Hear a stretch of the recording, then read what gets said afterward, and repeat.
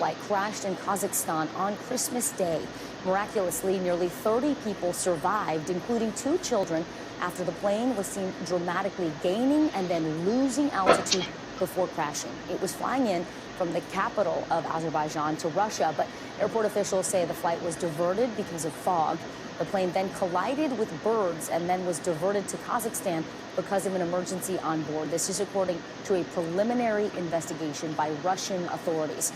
NBC News correspondent Danielle Hamamjian joins me now. So, Danielle, still many questions here. A U.S. official is saying early indications actually point to the plane being hit by a Russian anti-aircraft system. We are about to show some video of the crash, so I want to warn our viewers it is troubling to watch. But Danielle, what more are we hearing here in terms of why this plane went down? Well, good evening from London, Vicky. Well, what we're learning, and this has been the subject of much speculation over the past 24 hours as more video surfaced, as the testimonies from the survivors also surfaced, that now it appears, according to some industry experts, that indeed this Azerbaijan Airlines aircraft that crashed in Kazakhstan, killing 38 people, could have been caught in the moment that Russia launched its an air defense to shoot down a Ukrainian drone. Now, NBC News spoke to the chief intelligence officer of an aviation security firm, Osprey, which has partnerships with various airlines around the world, as well as contracts with the U.S. government, and they looked at the footage of the wreckage, which appears to show holes as well as damage potentially caused by shrapnel.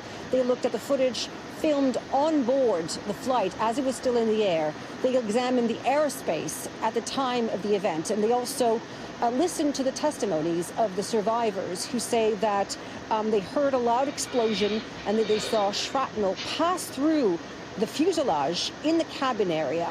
This has led them to believe that this was not caused either by bad weather or by a bird strike, as you mentioned had been suggested by Russian state media. Here's a little bit more about what this chief intelligence officer from Osprey had to say.